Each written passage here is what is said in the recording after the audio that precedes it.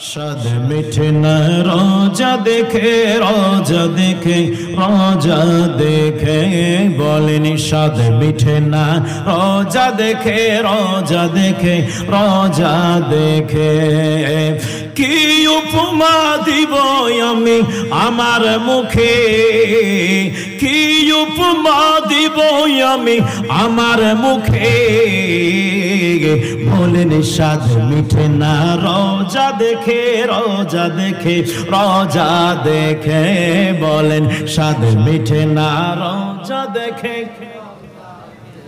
রোজা দেখে রোজা শরীফ জেগিয়েছে একটাবার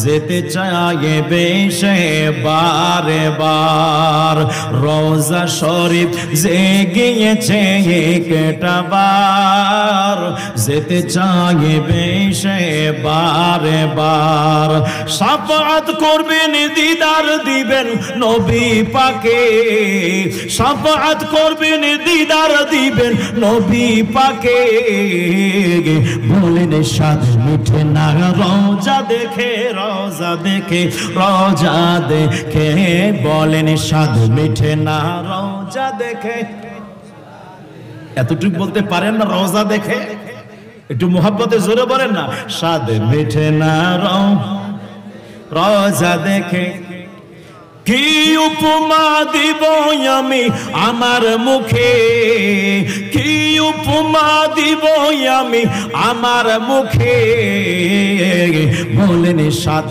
জেগেছে রোজা যেতে রোজা যেতে রোজা যেতে বলেন স্বাদ জেগেছে রোজা যেতে রোজা যেতে রোজা যেতে কি উপমা দিব আমি গুনাহগারের মুখে কি উপমা দিব আমি গুনাহগারের মুখে বলেন স্বাদ মিঠে না রোজা দেখে রোজা দেখে রোজা দেখে বলেন স্বাদ মিঠে না মাশাআল্লাহ নামাজি আল্লাহর সালাম নাই না আল্লাহ পাকে ওয়াজিব হলো সালাম দেওয়া নবীজিকে কথা বলেন ঠিক কিনা নামাজি আল্লাহর সালাম নাই না আল্লাহ পাকে ওয়াজিব হলো সালাম দেওয়া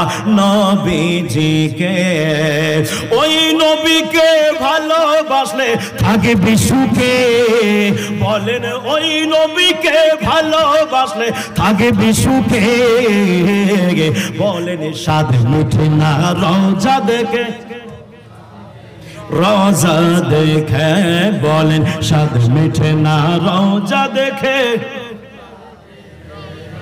লা ইলাহা জোরে লা ইলাহা ভালো লাগে লা ইলাহা মাশাআল্লাহ লা ইলাহা হায়রে কত সুন্দর মদিনা যার নাই কোনো তুলনা কত সুন্দর মদিনা যার নাই কোনো তুলনা বুঝিও কেন বুঝো না তোমরা বুঝিও কেন বুঝো না ঈমান হলো মদিনা লা ইলাহা জোরে লা ইলাহা লা ইলাহা জোরে লা ইলাহা হায়রে কোন পথে হব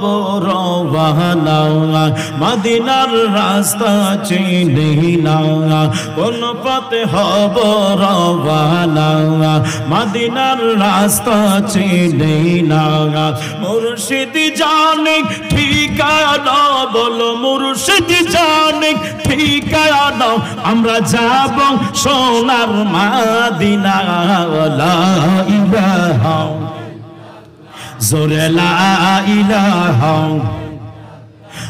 লা ইলাহা লা ইলাহা ইল্লাল্লাহু মুহাম্মাদুর রাসূলুল্লাহ। আওয়াজ দিয়ে বলেন সাল্লাল্লাহু তাআলা আলাইহি ওয়াসাল্লাম। গভীর মনোযোগ ভাইরা আমার, আরে বন্ধুরা গো, গভীর মনোযোগের কাল্লাগের আল্লাহ তাআলা মহান রব্বুল আলামিন আমাদের উপর রহমত করেছেন।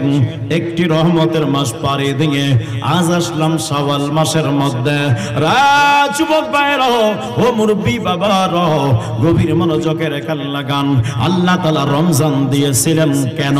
আমার আল্লাহ পাক ডাক দিয়া বলি, আইয়ুহাল্লাযীনা আমানু কুতিবা আলাইকুমুস সিয়াম কামা কুতিবা আলাল্লাযীনা মিন ক্বাবলিকুম লাআল্লাকুম তাত্তাকুন।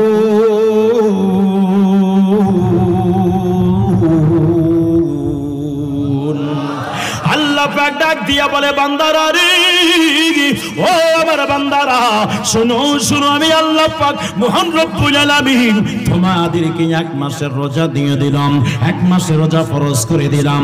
কেন করেছি? রোজাটাকে বোঝা মনে করবা না, ভারী মনে করবা না, পাহাড় মনে করবা না। আমি আল্লাহ পাক কামা কুতিবা আলাল্লাযীনা মিন ক্বাবলিকুম, তোমাদের পূর্ববর্তীদের উপরে আমি আল্লাহ তাআলা রোজা ফরজ করে দিয়েছিলাম। কেন দিয়েছি জানো?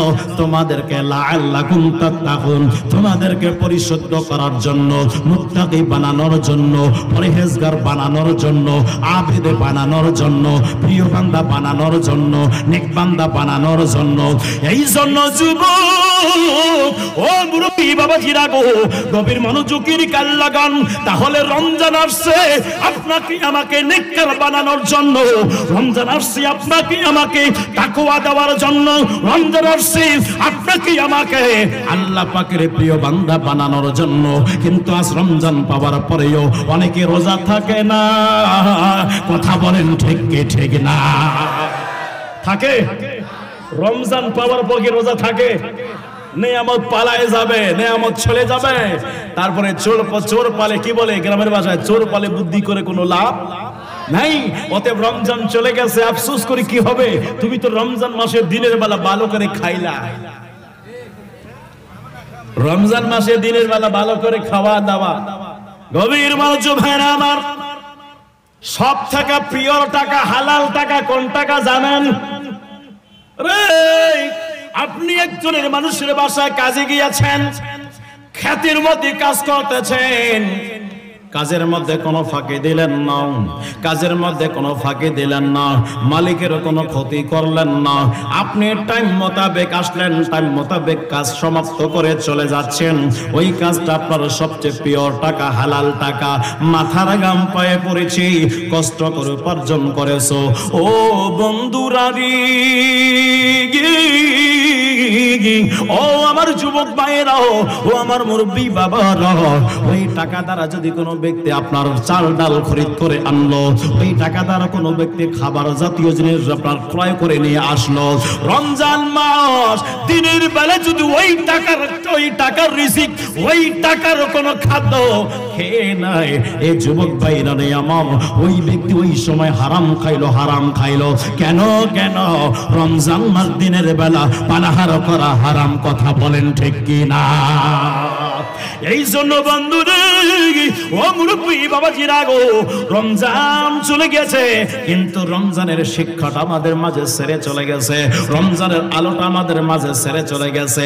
রমজান যাওয়ার সময় গো, ওই রমজান যাওয়ার সময় রমজান ডাক দিয়া বলে, এই আল্লাহর বান্দা শুনে নাও, আমি তোমারে ছেড়ে চলে যাইতেছি, তবে আবার আসবো 1 বছর ফিরে, 1 বছর পর ফিরে আসবো। আসার পরে যেন আমি তোমার এই অবস্থায় দেখে যাই, যে অবস্থায় তোমারে আমি রেখে যাচ্ছি। কোন অবস্থায় রেখে যাচ্ছে? রমজান আসার আগে নামাজ পড়তাম না, রমজান আসার আগে তেলাওয়াতে কোরআন পড়তাম না, রমজান আসার আগে মিথ্যা কথা বলতাম, সত্য কথা বলতাম না। যুবক বন্ধুরে, ও মুরব্বী বাবাজিরা গো, গভীর মনোযোগের কান লাগান। এই রমজান আসার কারণে আপনাকে মসজিদের মধ্যে ঢোকাইলো, আপনাকে রোজাদার বানাইলো, আপনাকে নামাজি বানাইলো, আপনাকে সত্য বলনেওয়ালা বানাইলো, আপনাকে সুদ থেকে দূরে রাখলো, ঘুষ থেকে দূরে রাখলো। এটাই হলো রমজানের শিক্ষা। এই শিক্ষার উপরে আমাদেরকে বাকি 11টি মাস অটল থাকতে হবে কি হবে না? দুই হাত ধরে বাড়ি থাকতে হবে কি হবে না? থাকতে চাই কি চাই না? হ্যাঁ যারা বলেন চাই কি চাই না? সুদের কথা বলে কাউকে গুতা লাগবে না আবার? হ্যাঁ গুতা লাগবে। সুদের কথা বললে গুতা লাগবে। বর্তমানে তো অনেক সমস্যা, সুদের কথা বললে আবার কাউকে গুতা লাগে। হ্যাঁ যুবক ভাইরা, সুদ একবারে হারাম, একবারে হারাম। সুদের মধ্যে নিম্নতম যেটা গুনাহ, সেই গুনাহটা হলো মায়ের সঙ্গে জিনা করা। মায়ের সঙ্গে জিনা করাটা যেমন হারাম, ওই রকমের শুধু খাইলে সব থেকে নিম্নতম একবারে ছোট ওই রকমের একটা হারাম এবং শাস্তি। যুবক বন্ধুরে, ও মুরব্বী বাবাজিরা গো, গভীর মনোযোগের কান লাগান। তাহলে এই সুদ থেকে আমাদেরকে দূরে থাকতে হবে। সুদ থেকে দূরে থাকার জন্য এলাকার মধ্যে আমরা কিভাবে দারিদ্রতা উন্মুক্ত করব, দারিদ্র মোচন করে দিব, কেমনে করব রে? আল্লাহ তাআলা মহান রব্বুল আলামিন যাকাত সিস্টেম করেছেন। এই যাকাত যদি আমরা মালের যাকাত বের করি, মালের যাকাত যদি আমরা বের করি, আমার এলাকায় একটাও গরিব থাকবে না। কথা বলেন ঠিক কি ঠিক না? অনেকে বলে মালের যাকাত আবার কি বলে কি না? আবার অনেকে যাকাতের টাকা 1 টাকা 10 টাকা 5 টাকা করে ফকিরকে দেয়, বলে আমি তো সকাল থেকে দান করতে থাকি, ওর বেল হবে 1 লক্ষ টাকা, দিল 5000 টাকা। কত গায় না? যাকাতের টাকা কেমনে বের করবেন? যাকাত কার উপরে ওয়াজিব? কষ্ট হচ্ছে না? কষ্ট হয়? এগুলো কথা বলে বিরক্ত হচ্ছেন না? শোনার দরকার আছে কি না? যাকাত কার উপরে ওয়াজিব? মালিকি নিসাবের উপরে ওয়াজিব। যুবক ভাইরা রে, এই যাকাতের কথা বলতে গিয়ে একটা ঘটনা মনে পড়ে গেল, বাদশার ঘটনা। আল্লাহ পাক মহান রব্বুল আলামিন হযরতে মুসা কালিমুল্লাহকে অর্ডার দিলেন, ও মুসা কালিমুল্লাহ গো, জান জান। যখন শুনলো ও মুসা কালিমুল্লাহ যাকাত কত দিতে হবে বলেন, বলে 40 টাকার মধ্যে 1 টাকা। আপনার যত মাল আছে সমস্ত মালকে 40 ভাগে ভাগ করবেন, 39 ভাগ আপনার, 1 ভাগ আপনার না। এই বাদশা তখন দেখলো এটা তো না, অনেক টাকা হয়ে যাচ্ছে, অনেক অঙ্ক দাঁড়াচ্ছে, কি করা যায়? এত টাকা তো আমি দিতে পারতাম না, কষ্ট হয়। এইবারে মুসা কালিমুল্লাহকে তাড়ানোর জন্য প্ল্যানিং করলো। একটা মহিলাকে, আপনার একজন মহিলাকে রাখালের সঙ্গে জিনা করাই দিল। জিনা করাই দিয়ে যখন মহিলার পেটে বাচ্চা চলে আসলো, মুসা কালিমুল্লাহ আলাইহিস সালাতু ওয়াস সালামের কাছে চলে যায়। যাবার পরে ডাক দিয়ে বলে, ও মুসা কালিমুল্লাহ, একটা ধর্মীয় সভা করতাম, যদি আপনি সময় দিতেন। বলে ঠিক আছে করেন, আমি সময় দেব। বলে আপনি মাহফিলের প্রধান বক্তা থাকবেন। বলে আচ্ছা ঠিক আছে, আমি গ্রহণ করলাম, কবুল করলাম। ও বন্ধুরি, ও আমার যুবক ভাইরা, একটু গভীর মনোযোগের কান লাগান। আল্লাহর নবী মুসা কালিমুল্লাহ কথা দিয়ে দিলেন। বাদশা এবার কি করলো, একদম স্টেট প্যান্ডেল সবকিছু করা হলো। করার পরে যখন মাহফিল শুরু হয়ে গেল, প্রধান বক্তা মুসা কালিমুল্লাহ ইন দি মিন টাইমে আলোচনা শুরু করে দিয়েছেন। মুসা কালিমুল্লাহর আলোচনা চলতেছে, চলতে চলতে বাদশা দাঁড়ায় গেল। মুসা কালিমুল্লাহ গো, ও মুসা কালিমুল্লাহ, আমার একটা প্রশ্ন আছে, বলেন। কি প্রশ্ন বলেন? বলে আমার প্রশ্ন হলো, কেউ যদি কারোর সাথে জেনা করে, জেনার শাস্তি কি আছে বলেন? বলে তাকে চাবুক মেরে হত্যা করে দেওয়া, অথবা তাকে পাপা মাজা পর্যন্ত মাটির ভিতরে পুঁতে দিয়ে দূর থেকে পাথর মেরে মেরে হত্যা করে দেওয়া। বলে এটা কি সবার জন্য না আপনার সবার জন্য? বলে হ্যাঁ সবার জন্য। বলে তাহলে এই পাপের, আপনার এই পাপের হকদার আপনি, এই কাজ আপনি করেছেন, তাহলে এখন বিচার কি করা হবে? বলে আমারও জন্য। বলে আপনি করেছেন, বলে কে বলছে? বলে আমার কাছে দলিল আছে। মহিলারে ডাক দিলেন, যেই মাত্র মহিলা চলে আসলো, এইবার মহিলা বলে, এ মহিলা বলো তোমার সঙ্গে এরকম কাজ কে করেছে? এইবার মহিলা সবার সামনে বলে দিল যে মুসা কালিমুল্লাহ করেছে। মুসা কালিমুল্লাহ মহিলারে ডাক দিয়া বলে, মহিলা রে সত্য কথা বলো, সত্য কথা বলে দাও। যদি তুমি না বলো তাহলে তোমার পেটের সন্তান বলবে তার বাবাকে। তুমি যদি না বলো তাহলে তোমার সন্তান বলবে বাবাকে। এবার মহিলা বলে, এটা কি সম্ভব? পেটের সন্তান পেট থেকে কথা বলতে পারেনি, পারে না তো। এইবার মুসা কালিমুল্লাহর কথাকে অস্বীকার কিয়ে এবার মহিলা বলেন, না না আপনি করেছেন। মহিলা আসুক, আমার কাছে আসুক। কাছাকাছি চলে আসলো। মুসা কালিমুল্লাহ ডাক দিয়ে বলে, জনতারা সবাই শুনবা। ওই মহিলার সন্তানকে বলেন। মুসা কালিমুল্লাহ বাদশাকে ইঙ্গিত করে বলেন, এ মহিলার পেটে যে সন্তান আছে ওই সন্তানকে আমি অর্ডার দিচ্ছি, বলো তোমার বাবাকে। যেই মাত্র মুসা কালিমুল্লাহ অর্ডার দিয়েছেন, ইঙ্গিত করেছেন, এবার ওই সন্তানটি পেটের ভিতর থেকে বলছে, ও আল্লাহর নবী মুসা কালিমুল্লাহ শোনেন শোনেন, আমার বাবা হলো একজন রাখাল, আমার মা রাখালের সঙ্গে জিনা করেছে, ওই জিনার ফসল আমি, ওই জিনার ফসল আমি। যেই মাত্র সন্তান এ কথা বলছে, মা ওই মহিলাটির চোখ থেকে পানি ফেরা শুরু হয়ে গেছে। মহিলা ডাক দিয়া বলে, ও মুসা কালিমুল্লাহ আমি করতাম না, আমাকে টাকা পয়সা আমাকে অর্থ দিয়ে জেনা করাইছে, আপনাকে তাড়াবে বলে রাখালের সঙ্গে জেনা করাই দিয়ে আপনাকে তাড়ানোর একটা কারণ করেছে। মুসা কালিমুল্লাহ আল্লাহর কাছে হাত তুলো, আল্লাহ গো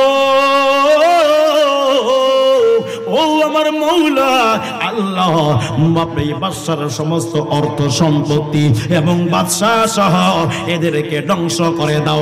আল্লাহর নবীর দোয়া আল্লাহ কবুল করলেন। সাথে সাথে জমিনটা ফেটে গেল।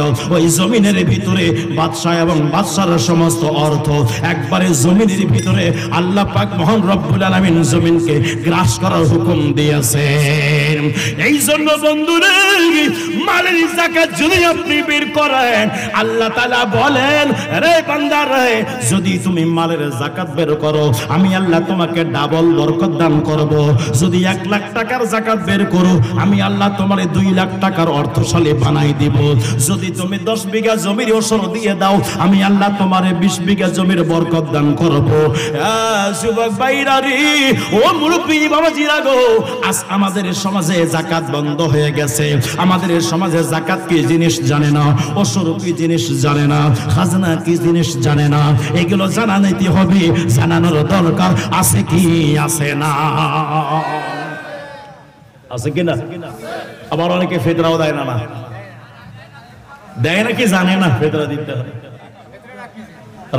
যুবক ভাইরা, যাকাত হলো মালিকি নিসাবের উপরে ফরজ। মালিকি নিসাব করাও বন্ধুরি, মালিকি নিসাব হলো যার কাছে 7.5 ভরি স্বর্ণ আছে, অথবা 7.5 ভরি স্বর্ণ খরিদ করার মতো টাকা আছে, অথবা 7.5 ভরি স্বর্ণের পরিমাণ, এত টাকার পরিমাণ কোন মাল মওজুদ আছে, স্টক আছে, ওই ব্যক্তি মালিকের নিসাব। আর যদি স্বর্ণের দিক থেকে না ধরেন, রূপার দিক থেকে ধরেন, 52 ভরি রূপা যার ঘরে আছে, 52 ভরি রূপা খরিদ করার মতো টাকা থাকবে, অথবা এই পরিমাণ মাল থাকবে, ওই ব্যক্তিদের উপরে, ওই ব্যক্তিরা মালিকের নিসাব। মালিকের নিসাবদের উপরে যাকাত ওয়াজিব, মালিকের নিসাবদের উপরে ফিতরা ওয়াজিব, মালিকের নিসাবদের উপরে কুরবানি ওয়াজিব। কথা বলেন ঠিক কিনা? কুরবানি ওয়াজিব তার উপরে, ফিতরা ওয়াজিব তার উপরে, যাকাত ওয়াজিব তার উপরে। যুবক ভাইরা রে, কোন ব্যক্তি যদি মালিকি নিসাব হওয়ার পরেও ওর মাল থেকে যাকাত বের না করে, কিয়ামতের ময়দানে ওর সম্পদগুলো আল্লাহ পাক মহান রব্বুল আলামিন ওই সম্পদগুলো তার সামনে দাঁড় করাবে। সম্পদ আকারে নয়, বিশাল বড় একটা সাপ করে আনবে। ওই সাপটা তাকে সুন্দর করে পেঁচাই নিয়ে, গলা দিয়ে পেঁচাই দিয়ে একদম কপাল বরাবর মুখটা থাকবে, একটা করে দংশন করবে আর 7টা বলবে, এই আল্লাহর বান্দা তুমি কি আমাকে চিনো রে? আমাকে একবার দেখে নাও, আমাকে একবার দেখে নাও। আমি হইলাম তোমার ওই সম্পত্তি, সেই সম্পদ আল্লাহ এবং আল্লাহর রাসূল থেকে তোমাকে দূরে করেছিল, সেই সম্পদের লোভে পড়ে তুমি আল্লাহ এবং আল্লাহর রাসূলকে ভুলে গিয়েছিলাম। ওই সম্পদ আজকে আমি তোমার কাছে সাফ হয়ে এসেছি, দংশন করে করে তোমার জাহান্নাম পর্যন্ত নিয়ে যাব। এই জন্য বন্ধুরা, সেই ব্যক্তিগুলো অর্থ কামাই করা দোষ নয়, অপরাধ নয়। আপনার কোটিপতি হওয়া, শিল্পপতি হওয়া অপরাধ নয়। তবে অপরাধ হলো যদি যাকাত না দিয়ে অর্থ সঞ্চয় করেন, যাকাত না দিয়ে জমি জমা ক্রয় করেন, যাকাত না দিয়ে মাল বিজনেস আপনার বিজনেস করতে আসেন, ওগুলো হলো আপনার কিয়ামতের ময়দানে ক্ষতিকর। এই সম্পদগুলো আপনার মাথার উপরে বোঝা হয়ে দাঁড়াবে, যার ওজন সহ্য করতে পারবেন না। অবশেষে আল্লাহ পাক বলবে, যাও যাও, জাহান্নামে চলে যাও, তুমিও জাহান্নামে যাও, তোমার সম্পদও জাহান্নামে যাবে। আজ যদি ওই সম্পদ আমি আল্লাহ দিয়েছি, আমি আল্লাহ ঘোষণা করে দিয়েছি, রে বান্দা সম্পদ থেকে বিলাও। যদি বিলাইতা তাহলে তোমার সম্পদ তোমার কাছে নূর হয়ে আসতো, ওই নূরের ওসিলায় তুমি জান্নাতের মধ্যে চলে যাইতা। কথা কি বুঝে আসছে? কষ্ট হয়? কষ্ট হয়? আলোচনা কি চলবে? হ্যাঁ চলবে। এগুলো আলোচনা তো বর্তমান নিভে গেছে, কথা বলেন না কে? এগুলো আলোচনা বর্তমান আলেম ওলামা করে না, করবে কেমনে? এগুলো আলোচনা করলে তো শ্রোতা পালায়, যে হুজুর তো এখন দান করার সিস্টেম করে দিবে, আর হুজুর ফাঁসাচ্ছেন। আবার অনেকে আছে গরিবদেরকে দান করে, খুব মশানো রায়, আমি দান করেছি। আচ্ছা, বড় লোকরা গরিবকে বাঁচায় না, গরিব বড় লোককে বাঁচায়? আপনার বিবেক কি বলে? গরিব বড় লোককে বাঁচায়, এটা তো আপনার কিভাবে? গরিব যদি কাজ না করে বড় লোক কি খাবে? আপনাদের বিবেক এটা বলে, কিন্তু আমি তো কথা আপনার বিবেকে বলবো না, আমি তো কোরআন হাদিস কি বলে আমি এটা দিক দিয়ে বলবো। কথা বলেন ঠিক কিনা? যেটা কথা বলছেন সেটাই বাস্তব, কিন্তু আমার কে বলে ইশারা হলো, আমার দলিল হলো কোরআন হাদিস, ঠিক কিনা? আমার বন্ধুরে, ও যুবক ভাইরারে আমার, গভীর মনোযোগের কান লাগান। গরিবরা সব সময় বড় লোককে বাঁচায়, মালিকের নেশাপরে বাঁচায়। বন্ধুরা রে আমার, ও যুবক ভাইরা, আল্লাহ পাক মহান রব্বুল আলামিন এই যাকাতের টাকাটা 7টা স্থান দিয়েছে, 7টা স্থানে খরচ করা জায়েজ আছে। ফিতরার টাকাটা কারে দিবেন? যাকাতের টাকাটা কারে দিবেন? কথা বলেন ঠিক কিনা? ওই যাকাতের টাকাটা যারে দিবেন, যাকাতের টাকা গ্রহণ করে আপনাকে যাকাত মুক্ত করলো, আপনার মালকে পবিত্র করলো, আপনার উপকার করলো কোন ব্যক্তি? যেই ব্যক্তি যাকাত গ্রহণ করছে, খেয়েছে, ওই ব্যক্তি আপনার বড় লোককে পাক করে দিল, পবিত্র করে দিল, তার সম্পদকে হালাল করে দিল। এই জন্য বন্ধুরে, ও মুরব্বি বাবাজিরা গো, কিয়ামতের ময়দানে ওই সম্পদ তার জন্য হালাল, তার জন্য আরামদায়ক হবে এবং নাজাতে যাওয়ার জন্য একটা ওসিলা হয়ে দাঁড়াবে। এটা এই জন্য হয়েছে, যদি মালিকে নেশাত যারে যাকাত দিত দিল, ওই উনি যদি যাকাত গ্রহণ না করত, তার মালটা পবিত্র হতো না। তার মাল পবিত্র যদি না হতো, ওই মালটা তার জন্য ক্ষতিকারক হয়ে যাইত। এই জন্য বন্ধুরি, ও মুরব্বি বাবারা, একটু গভীর মনোযোগের কান লাগান। এই গরিবরাই যাকাত ভক্ষণ করে বড় লোকের মালকে পবিত্র করে দিল, তার মানে বড় লোককে এই গরিবরাই বাঁচাইলো। কথা বলেন ঠিক কিনা? যাকাতের মাল দিয়ে আবার মাস্তানি করা যাবে না। কথা বলেন ঠিক কিনা? যাকাতের মাল দিয়ে অনেকের সময় চিনি, শাড়ি, লুঙ্গি দেয়, দেওয়া জায়েজ, দিয়ে দেন, গরিবদের পাশে দাঁড়ান। তবে অহংকার করা যাবে না যে আমি দিলাম। কেন আপনি দিয়ে আপনি নিজেকে বাঁচাচ্ছেন, তো ওনার কারণে আপনি বাঁচলেন, তো যার কারণে আপনি বাঁচলেন তার শুকরিয়া আদায় করেন। কথা বলেন ঠিক কিনা? এই জন্য বন্ধুরে, ও মুরব্বি বাবাজিরা গো, আল্লাহ পাক মহান রব্বুল আলামিন কোরআনুল কারীমের মধ্যে আয়াতে কারিমা নাজিল করেছেন। আমি যে আয়াতখানা আপনাদের সামনে তেলাওয়াত করেছি, এই আয়াতের আলোকে আজকে আলোচনা হচ্ছে। আল্লাহ পাক বলেন কদ আফলাহা মান তাযাক্কা। আল্লাহ পাক ডাক দিয়া বলে বান্দারা রে, ইয়া আমার ও আমার ভাইরা, যুবক বন্ধুরা গভীর মনোযোগের কান লাগান। আল্লাহ পাক বলেন কদ আফলাহা মান তাযাক্কা। নিশ্চয়ই নিশ্চয়ই সফল কাম ওই ব্যক্তি অর্জন করবে যেই ব্যক্তি নিজেকে শুদ্ধ করতে পারবে, যেই ব্যক্তি নিজেকে পরিশুদ্ধ করবে, যেই ব্যক্তি নিজেকে সংশোধন করবে, যেই ব্যক্তি নিজেকে শরীয়ত সম্মতভাবে জীবনটা কায়েম করবে। আমার আল্লাহ বলে তুমি সফলতা অর্জন করবে। এই জন্য বন্ধুরি নামাজ আদায় করলাম। নামাজ আদায় করার পরে জমিতে গিয়ে মালটা আলটা, ওই যে মাল্লিটা আছে গ্রামের ভাষায় মাল্লি বলে, আল বলে, ওই আলটাকে আমরা কেটে কেটে অপরের জমিতে দিয়ে দেই। আবার আলটা ঠেলা দিয়ে এসে বাইরে তো জোহর নামাজে এসে নামাজ আদায় করতেছি। আবার চিন্তা করলাম ভাই আমার জমিতে দান আছে এখনো হয় নাই, দানের বাবদ আমার টাকা দাও। এই রকম করে টাকা নেওয়াটা হারাম হারাম হারাম, আল ঠেলা হারাম। এই জন্য বন্ধু আপনার জমিতে পাশের জমি থেকে পানিটা কেটে আনা হারাম। যুবক ভাইরা রে, আল্লাহ পাক বলে কদ আফলাহা মান তাযাক্কা। হে আমার বান্দারা, নিজেকে পরিশুদ্ধ করো, সংশোধন করো। সংসদের নাম শুধু এটা নয় না 5 ওয়াক্ত নামাজ পড়লাম, না না না। আল্লাহ পাক মহান রব্বুল আলামিন বলে বান্দারে, আমি আল্লাহ পাক তোমাকে পরহেজগারি বানানোর জন্য রোজা দিয়ে দিলাম। রোজা দিয়ে দিলাম। এই রোজা কেন দিলাম জানুনি? মুত্তাকি বানানোর জন্য। মুত্তাকি কারা? মুত্তাকি কারা? মুত্তাকি হলো তারা যারা আল্লাহর ইবাদত, আল্লাহকে ভয় করবে। ইত্তাকুল্লাহ, যারা আল্লাহকে ভয় করবে, মানুষের সামনে ভয় করবে, একা যখন হয়ে যাবে ভয় করবে না।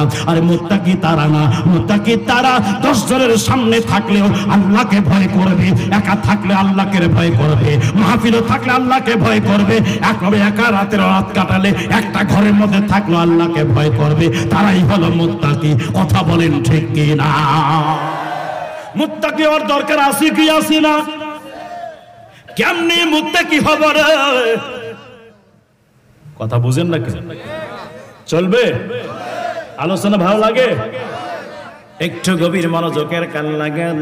কারো বিরুদ্ধে গেলে আবার মাফ করিয়েন, কারো বিরুদ্ধে গেলে মাফ করিয়েন, কারণ এটা তো ওনার বিরুদ্ধে, কাউকে ফলো করে আমি ওয়াজ করছি না। কথা বলেন ঠিক কিনা? এগুলো কোরআন হাদিসের কথা। আমরা যদি না বলি তো বলবে কে? হক কথা বলতে হবে। যদি কাউকে তিতা লাগে তো লাগতে পারো, লাগানোটা স্বাভাবিক, লাগতেই পারে, কিন্তু না বলাটা অস্বাভাবিক, বলতেই হবে। কথা বলেন ঠিক কিনা? গভীর মনোযোগ ভাইরা আমার, কেমনে সাহাবী রাসূল আমার নবীজি অনুসরণ করেছেন, আনুগত্য করেছেন। সাহাবী রাসূলের জীবনে যদি আমরা তাকাই তাহলে বুঝতে পারবো সাহাবী রাসূল কি রকম আমার নবীর অনুসরণ ছিলেন, কি রকম আমার রাসূলের পাকের আনুগত্য করেছেন, ওনারা কেরম কি রকম আল্লাহ পাককে ভয় করেছেন। যুবক ভাইরা ও মুরব্বী বাবাজিরা গো, সাহাবী রাসূল এনারা হালাল বক্তন করতেন। সন্দেহ জিনিস যদি ওনাদের না জানার পরে যদি আপনারা খেয়ে ফেলেছেন, কিন্তু খাওয়ার পরে জানতে পারলেন ওটা ডিস্টার্ব ছিল, সাহাবী রাসূল আঙ্গুল মুখে ঢুকাই দিয়ে একদম উকি দিয়ে বমি করে সবকিছু বের করে ফেলাই দিতেন। আজকে আছে কি আমাদের মধ্যে এরকম? আমরা শুধু টাকা বুঝি, শুধু টাকা বুঝি, কেমনি কি করা যায়, যাক সমস্যা নাই, টাকা হলেই হলো। আছে কিনা? আছে কিনা? এই জন্য বন্ধুরে, যুবক ভাইয়েরা, ও মুরব্বী বাবারা, গভীর মনোযোগের কান লাগান। আজ যদি আমরা জীবনটাকে সুন্দর করে সাজাইতে পারি, কেমনে সাজাবো? আল্লাহ তাআলা বলেন, লাকাদ কানা লাকুম ফি রাসূলিল্লাহি উসওয়াতুন হাসানাহ। আল্লাহ পাক বলেন, ও আমার বান্দারা রে, ও আমার বান্দারা শুনে নাও, আমি আল্লাহ পাক মহান রব্বুল আলামিন আমার দয়াল নবীর আনুগত্য, আমার দয়াল নবীর আদর্শ মোবারককে তোমাদের মাঝে তুলে ধরলাম। যদি করো আদর্শ নকল করতে চাও, আমার নবীর অনুসরণ করো, আমার নবীর আদর্শে আদর্শবান হয়ে যাও। সাহাবী রাসূল আদর্শবান কেমন, আমার রাসূল পাকের ইতাআত কেমন করলেন, ওনারা কোন আদর্শের অধিকারী ছিলেন। হযরত খন্দকের যুদ্ধের ময়দানে, খন্দকের যুদ্ধের ময়দানে হযরত হুযায়ফা রাদিয়াল্লাহু তাআলা আনহু তিনি বলছেন, খন্দকের যুদ্ধের ময়দানে হঠাৎ করে রাত্রবেলা ঘোর অন্ধকার চলে আসলো, অন্ধকার চলে আসলো, এত অন্ধকার নিজের হাত দেখা যায় না, এইরকম অন্ধকার চলে আসলো। আসার পরে ইনি বলছেন, হঠাৎ করে দেখলাম বাতাস চলে আসছে, ঘূর্ণিঝড় চলে আসছে, একদম তাবুগুলো, অন্যান্য তাবুগুলো উড়ে যায়, কিন্তু সাহাবী রাসূলের তাবু একবারে ঠিক আছে। আমার মায়ের নবীজি ওই ঝড়ের সময় সমস্ত সাহাবী রাসূলের কাছে যাচ্ছেন, যাওয়ার পরে বলছে, সাহাবারা রে, ও আমার সাহাবারা, বলো বলো তোমরা কেমন আছো, কোন অবস্থা, তোমাদের খবর কি? সমস্ত সাহাবী রাসূল আমার নবীর সঙ্গে নিজ নিজ কথাগুলো বলছে, কার কি অবস্থা, অবস্থার কথা জানাচ্ছে। হযরত হুযায়ফার কাছে যখন আমার দয়াল নবী আসলেন, আসার পরে আল্লাহর নবী ডাক দেয়া বলে, ও হুযায়ফা বলো তোমার খবর কি, কেমন আছো? হুযায়ফা ডাক দিয়া বলে, ইয়া রাসূলুল্লাহ, নবী গো, ও মায়ার নবীজি, কি বলবো কি বলবো, একটা মাত্র চাদর, ইয়া রাসূলুল্লাহ, একটা মাত্র চাদর, আর আমার কোনো কাপড় নাই। যদি উপরের দিকে ডাক দেই কাপড় নিচের দিকে বের হয়ে যায়, নিচের দিকে যদি ঢেকে দেই তাহলে উপরের দিকে বের হয়ে যায়। হুজুর ঠান্ডা লাগায়। আল্লাহর নবী ইন টাইমে ডাক দিয়ে বললেন, রে হুযায়ফা, আসো আসো, বের হও বের হও, তাবু থেকে বের হও, যাও যাও যাও, কাফেরদের অবস্থা তুমি দেখে আসো। হযরত হুযায়ফা রাদিয়াল্লাহু তাআলা আনহু তিনি বলছেন, আমাকে ঠান্ডা লাগছে, আর মনে মনে ভাবছি যে ঠান্ডা বাইরে যাব কেমনে, আবার নবী নির্দেশ অমান্য করা যাবে না, যেতেই হবে। সাহাবী রাসূল কি রকম করে আমার নবীকে মুহাব্বত করেছেন দেখেন, রাসূল পাকের অনুসরণ করেছেন, চিন্তা করার দরকার। ইন দি মিন টাইমে হযরত হুযায়ফা ডাক দিয়া বললেন, নবীর অর্ডার পেয়েছি, তাই আর দেরি করলাম না, দেরি না করে দেখার জন্য বের হলাম। যেই মাত্র হযরত হুযায়ফা তাবু থেকে বের হয়ে গেলেন, আল্লাহর নবীজি মহান রব্বুল আলামিনের কাছে দুখানা হাত বাড়াই দিল, বাড়াই দিয়ে বলে, আল্লাহ ও রব্বুল আলামিন, আমি হুযায়ফার জন্য দোয়া করি, সামনের দিক থেকে হুযায়ফার হেফাজত করো, পিছন দিক থেকে হুযায়ফাকে হেফাজত করো, ডান দিক থেকে হেফাজত করো, বাম দিক থেকে হেফাজত করো, উপর থেকে হেফাজত করো, নিচ থেকে হেফাজত করো। এইভাবে দোয়া করলেন। এইবার হুযায়ফা আস্তে আস্তে আস্তে আস্তে করে কাফেরদের তাঁবুর মধ্যে প্রবেশ করলেন। প্রবেশ করে দেখতেছেন আবু সুফিয়ান তার সৈন্যবাহিনী নিয়ে তাঁবুর ভিতরে আগুনের হিট নিচ্ছে, প্রচন্ড ঠান্ডা, একদম ঝড় বৃষ্টি চলছে, শিলা বৃষ্টি হচ্ছে তা কাফেরদের তাঁবুর মধ্যে। যুবক বন্ধুরে, ও মুরব্বী বাবাজিরা গো, ও আমার মা বোনেরা গো, একটু গভীর মনোযোগের কান লাগান। এইবার হুযায়ফা আবু সুফিয়ানের কাছাকাছি বসলেন, বসার পরে এবার কপরা তাদের থেকে দেখছেন। ইন দি মিন টাইমে হুযায়ফার মনে মনে খেয়াল আসলো, এই মুহূর্তে যদি আবু সুফিয়ানকে কোপাইতে পারতাম খুবই ভালো হয়ে যাইতো, তরবারি বের করছে মারবে। ইন দি মিন টাইমে মনের মধ্যে আবার স্মরণ চলে আসলো, না না, আমার নবী শুধু দেখতে বলেছেন, আর কিছুই করতে বলে নাই, যদি আমি মেরে দেই তাহলে নবীর অর্ডারের বিরুদ্ধে হয়ে যাবে, তাই মারতাম না, নবী মানলেই মারবো, নবী না মানলেই বর্তমান না মারবো, জীবন দিব কিন্তু তরবার চালাবো না। যুবক ভাইরা রে, ও মুরব্বী বাবাজিরা গো, ইন দি মিন টাইমে আবু সুফিয়ানের মনের একটা ধারণা চলে আসলো, মনে হয় এখানে কোনো গুপ্তচর আসছে। এইবার আপনার একটা খবর নেওয়ার জন্য সবাইকে নির্দেশ দিল, এই তোমরা সবাই নিজ নিজ পাশের ব্যক্তির নাম জিগাও, তোমরা একটু ভালো করে ক্লিয়ার হয়ে যাও, এখানে কোনো গুপ্তচর আসছে কি আসছে না, একটু নামটা তাড়াতাড়ি জিগাও না। এইবার হুজাইফা দেখলো আমি যদি চুপ থাকি তাহলে আমি ফেঁসে যাব। এইবার হুজাইফা তার পাশের ব্যক্তিটাকে বলেন, এই তোমার নামটা কি বলো। এই কথা বলে নিজে বাঁচাইলেন, নিজেকে বাঁচাইলেন।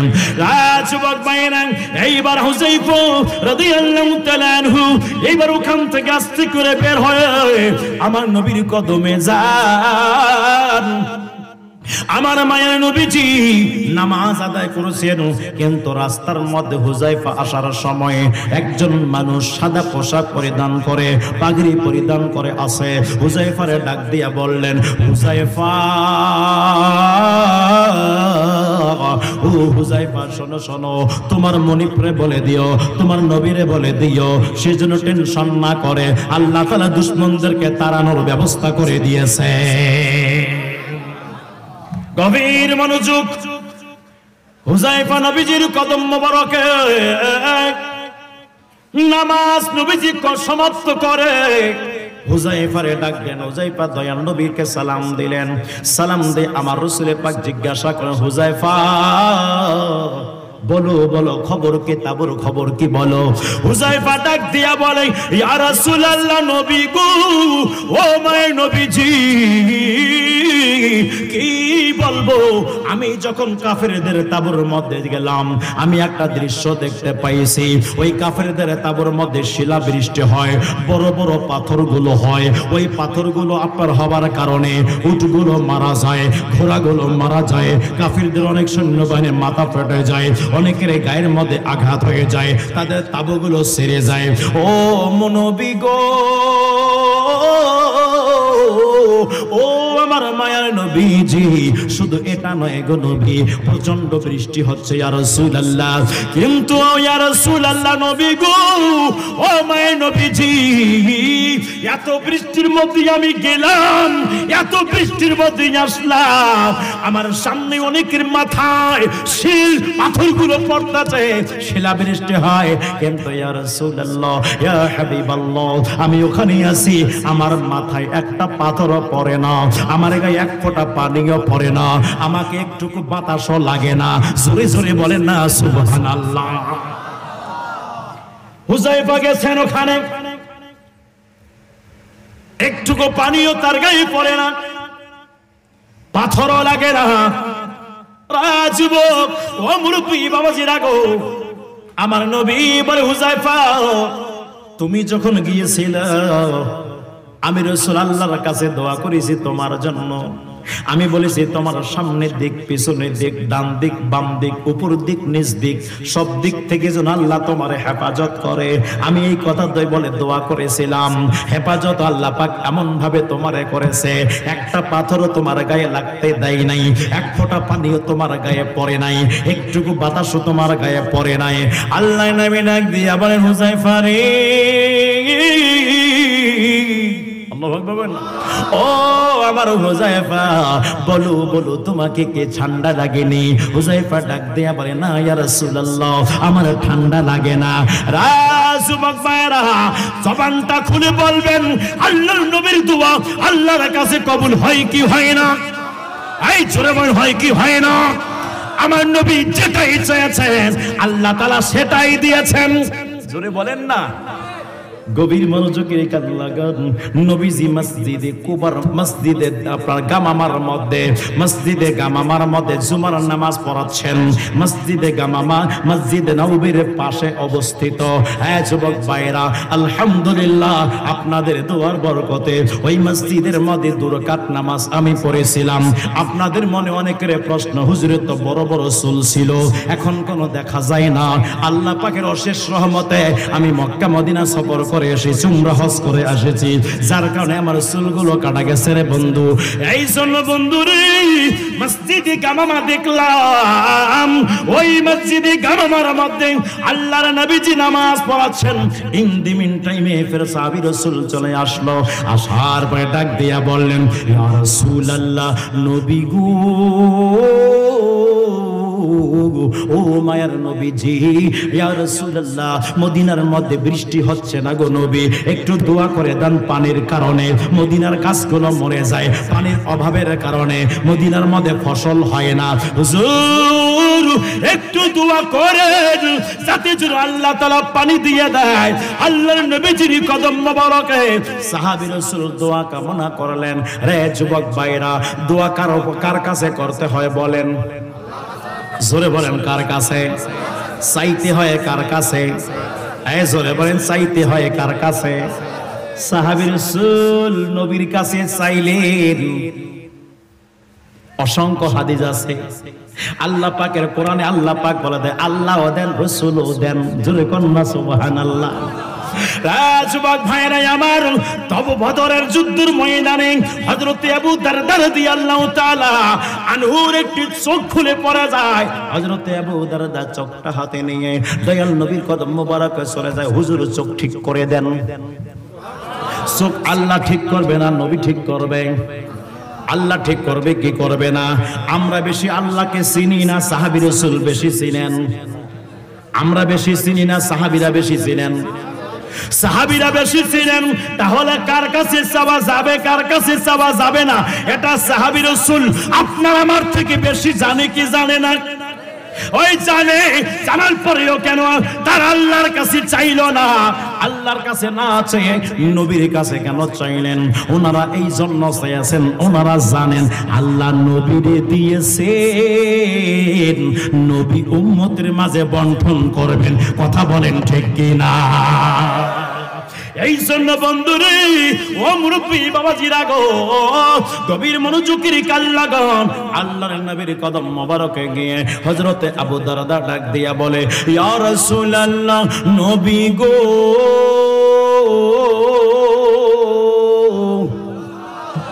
ও মায়ার নবীজি, বলেন আমার চোখ ঠিক করে দেন গো নবী। আল্লাহর নবী ডাক দিয়া বলে, এ সাহাবী, বলো তুমি চোখ চাও না জান্নাত চাও? এইবারে সাহাবী রাসূল বলেন, আমি দুটাই চাই, আমি দুটাই চাই। হাদিস শরীফের মধ্যে আসছে হযরত রাবিয়া ইবনে কাব রাদিয়াল্লাহু তাআলা আমার নবীর কাছে খেদমতে আছেন, হুজুর পানি দিচ্ছেন। আল্লাহর নবী ডাক দিয়া বলেন, সাল আরাবিয়া, সাও সাও, যা চাইবা তাই দিমু, যা চাইবা তাই দিমু। রাবিয়া ইন দি মিন টাইমে বলেন, রাবিয়া বললেন, ইয়া রাসূলুল্লাহ, ইয়া হাবিবাল্লাহ, ও মায়ে নবীজি, আমি আপনার কদম মোবারকে, আমি আপনার কদম মোবারকে একটা জিনিস চাই গো নবী, সেটা হলো জান্নাত চাই, জান্নাত চাই। ইয়া রাসূলুল্লাহ, জান্নাত চাই। আমার নবী বলেন, এটা বাদ দিয়ে আরো কিছু চাও। আমার রাবিয়া বলেন, হুজুর এটাই আমার জন্য যথেষ্ট, আর কিছুই লাগবে না। আল্লাহর নবী বলেন, রাবিয়া যাও, দিয়ে দিলাম। নবীজি গায়ে রাবিয়া রে, ও আমার রাবিয়া, জান্নাত কেন চাইলা? বলে দাও। বলে, ইয়া রাসূলুল্লাহ, ইয়া হাবিবাল্লাহ, ও মায়ের নবীজি, আমি রাবিয়া আপনার খিদমতে আছি, আপনার খিদমতে আছি গো নবী। এটার মতো শান্তিময় আর কোথাও নাই গো নবী, এটার মতো মজা আর কোথাও নাই। আমি জান্নাতে আমাকে দিবেন, সেই জান্নাতে আপনি থাকবেন, ওই জান্নাতে আমি আপনার সেবাকারী হিসাবে আপনার কাছে থাকতে চাই। এই জন্য বন্ধুরে, আল্লাহ পাক বলেন, আল্লাহ বলেন, আমি আল্লাহ পাক জান্নাত বানাইলাম, আমার নবীর দিয়েছি। এ আমার বন্ধু, আল্লাহ পাক মহান রব্বুল আলামিন জান্নাতের মালিক আমার নবীরে করে দিয়েছেন। নবীর যাবে, যাকে চাবেন আল্লাহ পাক তারে জান্নাত দান করবেন। এই জন্য বাবারা, আমার মায়ার নবীর কদম মোবারকে সাহাবী রাসূল যেই মাত্র বলেছেন, ইয়া রাসূলুল্লাহ, মদিনার মধ্যে পানি নাই, পানির ব্যবস্থা করে দেন। ইন দি মিন টাইমে আমার দয়াল নবী আল্লাহর কাছে দুখানা হাত বাড়াই দিলেন। বাড়ানোর পরে ডাক দিয়া বলেন, আল্লাহ, ও রব্বুল আলামিন, মদিনার মধ্যে পানি লাগবে, পানি দিয়ে দাও। দোয়া এখনো শেষ হয় নাই, আল্লাহ তাআলার সাথে সাথে বৃষ্টি বর্ষণ করা শুরু করে দিলেন। আমার বন্ধুরে, জুমার দিন নামাজের সময় পানি আরম্ভ হয়ে যায়। পানি আর থামে না। শনিবারের দিন তারপর পানি হয়, রবিবারের দিন তারপর পানি হয়, সোমবারের দিন তারপর পানি হয়, পানি থামে না। মঙ্গলবারও পানি থামে না, বুধবারের দিনও পানি থামে না, বৃহস্পতিবারের দিনও পানি থামে না, আবার জুমার দিন পানি থামে না, পানি থামে না। জুমার দিন একই সময় একই অবস্থায় যেই সাহাবী রাসূল পানির কথা বলেছেন, ওই সাহাবী রাসূল আবার এসে দয়াল নবীর কদমে জিগায়, ইয়া রাসূলুল্লাহ, নবী গো, ও মায়ের নবীজি, মদিনার মধ্যে পানি লাগবে না, পানির জন্য ফলগুলো নষ্ট হয়ে যায়, গাছগুলো নষ্ট হয়ে যায় গো নবী, পানির জন্য পানি বন্ধ করার দোয়া করুন গো নবী, পানি আর লাগবে না, লাগবে না। ও বন্ধুরি, ও আমার যুবক ভাইরা, ও মুরব্বী বাবারা, ও আমার কিশোরগঞ্জ থানার আশিক রাসূল বন্ধুরা, একটু গভীর মনোযোগের কান লাগান। এই জন্য আমার মায়ার নবী যখন আল্লাহর কাছে, এই যখন সাহাবী রাসূলের কাছে এই কথাটা শুনলেন, শোনার সাথে সাথে আমার দয়াল নবী মসজিদে নববী, মসজিদে গামামা থেকে বের হইলেন। হওয়ার পরে এইবার আমার দয়াল নবী আকাশের দিকে তাকাইলেন, আঙ্গুল মোবারক উঠাইলেন, উঠানোর পরে বললেন, রে মেঘ, মদিনার বাইরে চলে যাও, মদিনার মধ্যে আর পানি লাগবে না, মদিনার মধ্যে আর পানি লাগবে না, মদিনার বাইরে চলে যাও। এই যুবক ভাইরা রে আমার, মা বোনেরা, তাহলে মেঘের উপরে আমার নবীর ক্ষমতা আছে কি আছে না? এই জোরে বলেন, আছে কি আছে না? পানির উপরে আমার নবীর ক্ষমতা আছে কি আছে না? সূর্যের উপরে আমার নবীর ক্ষমতা আছে কি আছে না? চন্দ্রের উপরে আমার নবীর ক্ষমতা আছে কি আছে না? হাউজে কাউসারের উপরে ক্ষমতা আমার নবীর আছে কি আছে না? জমিনের উপরে আমার নবীর ক্ষমতা আছে কি আছে না? আসমানের উপরে আমার নবীর ক্ষমতা আছে কি আছে না? এক কথায় আল্লাহ পাক সমস্ত সৃষ্টিকুলের মাঝে আমার নবীকে শ্রেষ্ঠ করেছেন, আর আমার নবীর গোলাম সমস্ত সৃষ্টিকে বানিয়েছেন। এই জন্য আমার রাসূল বলেন, আনা সাইয়্যিদুন নাস ইয়াউমাল কিয়ামা, কিয়ামতের ময়দানে আমি নবী সমস্ত আমার বান্দাদের, আল্লাহ পাক আমার উম্মতদের, আল্লাহ পাকের বান্দাদের আমি সরদার হব, এবং সমস্ত উম্মতকে আলা কদামাইয়া, আমার কদমের নিচে আল্লাহ পাক স্থান দান করবে। যুবক বন্ধু, কষ্ট হয়, কষ্ট হয়, নবীর শান চলবে কিনা? কথা বলেন, চলবে কি চলবে না? গভীর মনোযোগ। তাহলে আমার নবীর দোয়ার পাওয়ার আছে কি আছে না? আমার নবীর ক্ষমতা কি বলবো? আমার নবীর ক্ষমতা সূর্যের উপরে, আমার নবীর ক্ষমতা চন্দ্রের উপরে, আমার নবীর ক্ষমতা জমিনের উপরে, আমার নবীর ক্ষমতা পানির উপরে, আমার নবীর ক্ষমতা একদম সমস্ত মাখলুকাতের উপরে।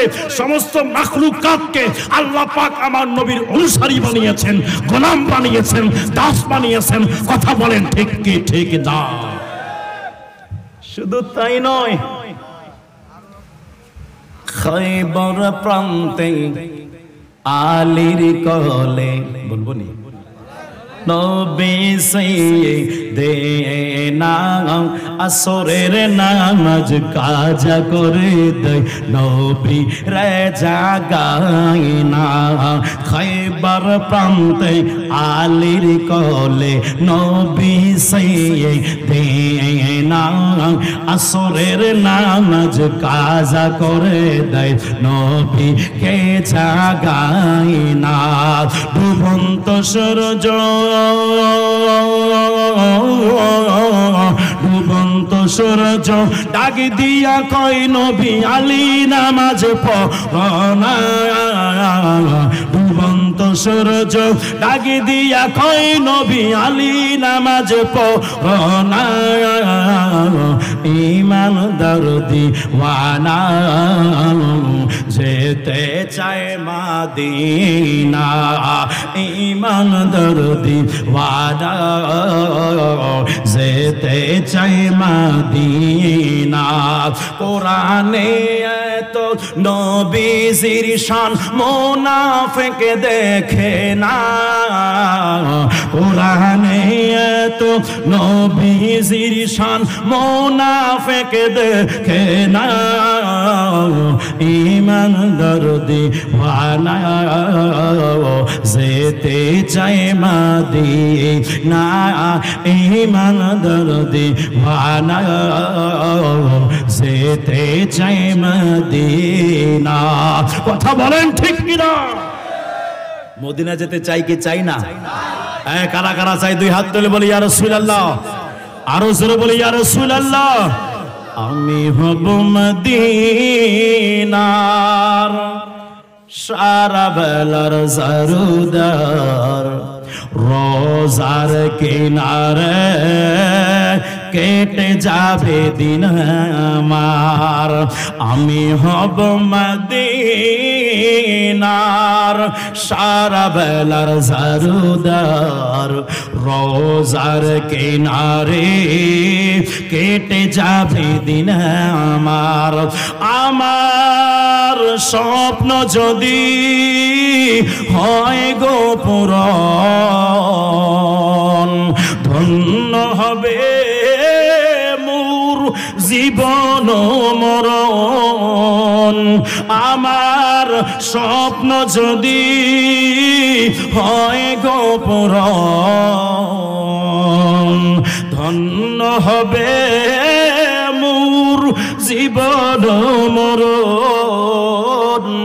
আমি হব মদিনার সারা বেলার জারুদার, রোজার কিনারে কেটে যাবে দিন আমার। আমি হব রাসূলের রোজার চৌকিদার, হতে পারে যে নায়ক শাফাআতের দাবিদার। আমার স্বপ্ন যদি হয় গো পূরণ, ধন্য হবে মোর জীবন মরণ।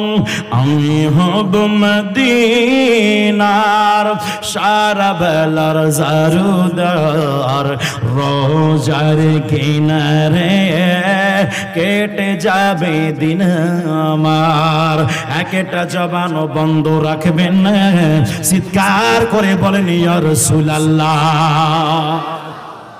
এদেশে ইসলাম এনেছেন আল্লাহর ওলিগণ। কথা বলেন ঠিক কে ঠিক না? তাই মানতেই হবে। কোন বিকল্প উপায় আছে?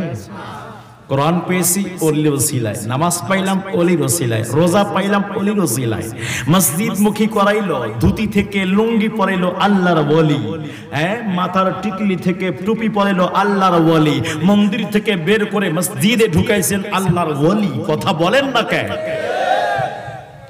সেই ওলিদেরকে আজকে মানে না, ওলিদের দেশে থেকে ওলিদের মানে না।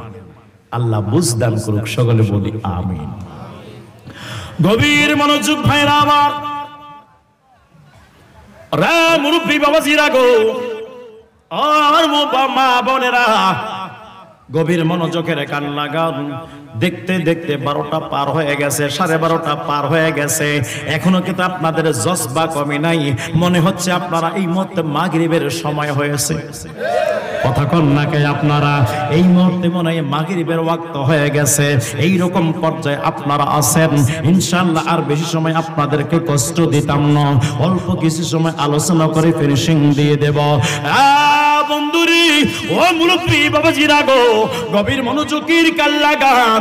আল্লাহ পাক মহান রব্বুল আলামিন আমাদেরকে অনুসরণ করার জন্য দয়াল নবীজির বলেছেন, আল্লাহর ওলিদের অনুসরণ করার জন্য বলেছেন, আল্লাহর ওলিদের সোহবত ইখতিয়ার করার জন্য বলেছেন। ও বন্ধুরি, এই যে রমজান চলে যায়, রমজান মাসে আমরা অনেকেই নামাজ পড়ালাম, রমজান চলে গেছে অনেকে নামাজ বাদ দিয়েছি, রমজান চলে গেছে অনেকে কোরআন তেলাওয়াত বাদ দিয়ে দিলাম, রমজান চলে গেছে অনেক মা বোনেরা বাসার মধ্যে কোরআন তেলাওয়াত ছেড়ে দিয়েছে। ও আমার মা বোনেরা, একটা কথা মনে রাখবেন রে মা, আপনি যেমন হবেন আপনার সন্তানও কিন্তু তেমন হবে।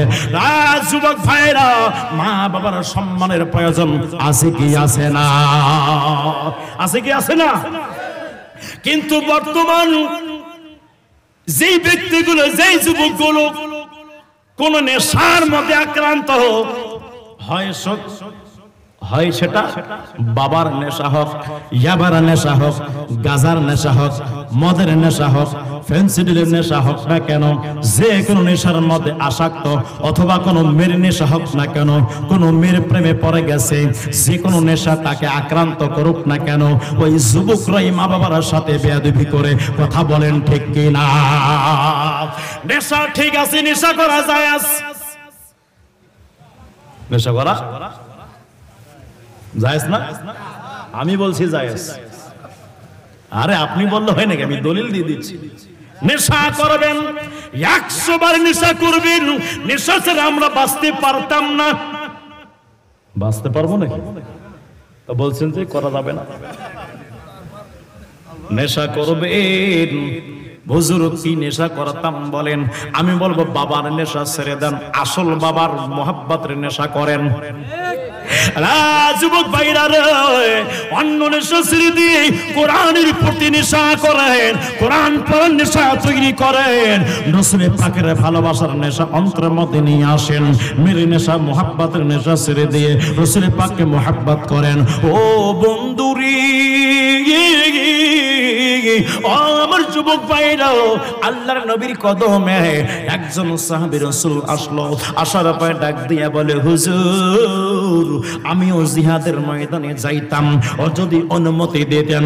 আমার নবী বললেন, সাহাবী বলো না, তোমার বাসার মধ্যে কে কে আছে? বলে আমার বুড়া মা আছে। বলে বাসায় কি তোমার অন্য কেউ আছে তোমার মায়ের সেবা করার মতো? না হুজুর, আমি ছাড়া কেউ নাই। না না, তুমি যেতে পারবে না, তুমি যাও তোমার মায়ের সেবা করো। যদি তুমি তোমার মায়ের সেবা করতে পারো রে, আমি নবী তোমার থেকে খুশি হয়ে যাব।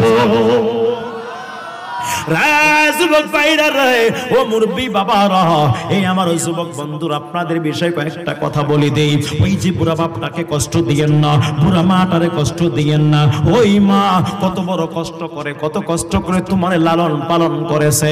ওই বাপটা যখন বাজারে যাইতো, বাপটার মন চাইতো এই ফলটা আমি খাই, এই খাবারটা আমি খাবো। এটা একবারে আপনার যখন বিরিয়ানির দোকান দেখতো, মনে চাইতো বিরিয়ানি খাইতাম। সুস্বাদু খাবার দেখলেই মনে চাইতো খাইতাম। কিন্তু না রে, কিন্তু ওই বাবাটা খায় না। যখন খাবার চিন্তা বাবারা করে, না না, ওই যে বাপটা যখন বাজারে যাচ্ছিল, আপনি দৌড় দিয়ে বাপটার কাপড়টা ধরে বলছেন, আব্বা ও আমার বাবা, ওই আমার জন্য খাবারটা নিয়ে আসেন, ওই আমার জন্য আমি এটা খাবো, আমার মন চাইতেছে আমার এই খাবারটা খাওয়ার জন্য। আপনার আব্বা আপনি নিজে না খেয়ে আপনার জন্য খাবারটা নিয়ে এসেছে রে বন্ধু। ওই বাপটা আপনার অনেকের কবরে চলে গেছে, ওই মাটা কবরে চলে গেছে। যুবক, এই যে গতকালকে ঈদের দিন ছিল, ওই ঈদের দিন অনেকে কান্নাকাটি করেছে। গত ঈদুল ফিতরে বাবার সঙ্গে ময়দানে গিয়েছে একসঙ্গে বাবা এবং ছেলে নামাজ পড়ার জন্য।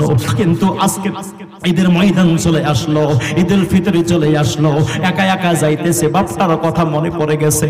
আরে গত ঈদে বাবার সঙ্গে ময়দানে গেলাম, এই ঈদে আমার বাবাটা কবরের মধ্যে শুয়ে আছে। গত ঈদে যখন বাবাটার সঙ্গে যাইতেছিলাম, আমি দেখলাম সমস্ত ব্যক্তিদের আপনার পায়ের মধ্যে নতুন স্যান্ডেল, সবার গায়ে গায়ে নতুন নতুন জামা। বাপটারে জিগাইলাম, আব্বা ও আমার বাবা, কি ব্যাপার কি ব্যাপার? সবার গায়ে নতুন জামা আছে, আপনার গায়ে কেন নয়? সবার পর আপনার পায়ের মধ্যে নতুন স্যান্ডেল জুতা আছে, আপনার পায়ের মধ্যে কেন নাই? বাবা কি ব্যাপার কি ব্যাপার? ওই বাপটা বলে, বাবা রে, যদি আমি নতুন জামা কিনতাম তাহলে তোমার গায়ের জামাটা কিনতে পারতাম না, তাহলে তোমার স্যান্ডেলটা কিনতে পারতাম না, তোমার শার্টটা কিনতে পারতাম না, তোমার প্যান্টটা কিনতে পারতাম না, তোমার মাথার টুপিটা কিনতে পারতাম না। এই আমার বাবা শোনো, তো এই জন্য আমি না কিনে তোমারে দিয়েছি। যুবক, ও মুরব্বী বাবা জিরা গো, বাবার কথা মনে পড়ে যায়। ওই বাপটা কবর কবরে না জানি কোন অবস্থায় আছে, বাপটা কবরের মধ্যে, বাবার রেখে যাওয়া সম্পত্তি খুব সুন্দর করে খাচ্ছ, আপনার ব্যবহার করতেছো, কিন্তু বাপটার কথা মনে পড়ে না। আরে একবারে যাও যাও বাবাটারে জিগাও, ওই বাবাটা কেমনে আছে, কেমনে আছে।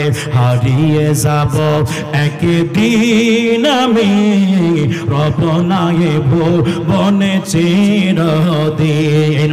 হারিয়ে যাব একদিন আমি, রব নাই ভুবনে চিরদিন। ক্ষমা করে দিও তোমরা আমায়, ক্ষমা করে দিও তোমরা আমায়, ভুল করে থাকি যদি কোনো দিন। হারিয়ে যাব একদিন আমি, ভবনায় ভুবনে চিরদিন। রে যুবক ভাইরা, এই যে দেখেন দেখেন সবার চোখের দিকে তাকাই, এই যে সবার মুখের মধ্যে একটা কান্নার ভাব চলে আসছে। যুবক, ওই বাপটার কথা মনে পড়েছে। বাবা তুমি কেমন আছো ছোট্ট মাটির ঘরে, তোমার কথা হৃদয় মাঝে পড়ছে বারে বারে। বাবা তুমি কেমন আছো ছোট্ট মাটির ঘরে, তোমার কথা হৃদয় মাঝে পড়ছে বারে বারে। বাবা গো বাবা, বাবা গো বাবা, বাবা গো বাবা, বাবা গো বাবা। কত আদর কত স্নেহ তোমার কাছে পেলাম, সব কিছু হারিয়ে আজকে নিঃস্ব হয়ে গেলাম। কত আদর কত স্নেহ তোমার কাছে পেলাম, সব কিছু হারিয়ে আজকে নিঃস্ব হয়ে গেলাম। ভালোবাসি তোমায় বাবা, বুকটা যে যায় ছিঁড়ে, ভালোবাসি তোমায় বাবা, বুকটা যে যায় ছিঁড়ে। তোমার কথা হৃদয় মাঝে পড়ছে বারে বারে। বাবা তুমি কেমন আছো ছোট্ট মাটির ঘরে, তোমার কথা হৃদয় মাঝে পড়ছে বারে বারে। যুবক ভাইরা রে, ও মুরব্বী বাবাজিরা গো, ওই মা বাবার সবচেয়ে বড় আপনজন ওই মা এবং বাবা। একটা সন্তান বাহিরে যতই কষ্ট পাক না কেন, একটা সন্তান বাহিরে যত লাঞ্ছিত হোক না কেন, একটা সন্তান যত ব্যথায় ব্যথিত হোক না কেন বাহিরে, সেই মাত্র বাসায় চলে যায়, ওই মাটা ডাক দিয়ে বলে বাবা রে কি ব্যাপার, তোমার কি হয়েছে রে বাবা, তোমাকে এরকম কেন লাগছে। ওই সন্তানটা আর চোখের পানি বন্ধ রাখতে পারে না, সন্তানের চোখ থেকে পানি অটোমেটিক বের হয়ে যায়। মা জিগায় বাবা জিগায়, বলো বাবা তোমার কি হয়েছে বলো না। এইবারে সন্তানটা বলে মা ও আমার বাবা, ওই জায়গায় আমি কষ্ট পাইলাম, আমাকে কেউ বুঝলো না, আমাকে কেউ জানলো না, আমাকে বুঝার কেউ চেষ্টা করে নাই গো মা, আমাকে লাঞ্ছিত করেছে, বেইজ্জতি করেছে, আমাকে অনেক আঘাত করেছে গো মা, আমাকে কেউ বুঝতে চাই নাই, কিন্তু একমাত্র তুমি বুঝতে পারো গো মা। ওই যে বাপটা নাই মা নেই কবরে গেছে, মুরব্বী বাবারে জিগাও মা, মুরব্বী বাবারে জিগাও বাবা গো, বলেন না বাপটা চলে গেছে কবরে, মা চলে গেছে কবরে, বাবাকে হারাই আপনি কেমন আছেন, মাকে হারাই আপনি কেমন আছেন বলেন না, বলেন কেমন আছেন, কেমন আছেন। ওই মোরা বাপ, ওই মুরব্বী ব্যক্তি ডাক দিয়া বলবে ওরে বাবা শোনো শোনো, শত যন্ত্রণা থাকার পরেও মায়ের কাছে যখন যাইতাম, মা কত আদর করে আমারে ডাক দিত, বাবা ও বাবা কেন তোমার মনটা কেন খারাপ, আজকে মাঠ থেকে কাজ করে বাসায় যায়, অথবা বাজার ঘাট থেকে যখন বাসার মধ্যে গেলাম, যাওয়া মাত্রই সন্তানটা দূর দিয়ে এসে আমার জড়িয়ে ধরে ডাক দিয়া বলে বাবা আমার জন্য খাবারটা কি নিয়ে আসছনি। এইবার স্ত্রী দৌড় দিয়ে চলে আসলো, আসার পর ডাক দিয়া বলে কত টাকা ইনকাম করলা। এই সময় আপনার স্ত্রী টাকার দিকে তাকায়, সন্তান খাবারের দিকে তাকায়।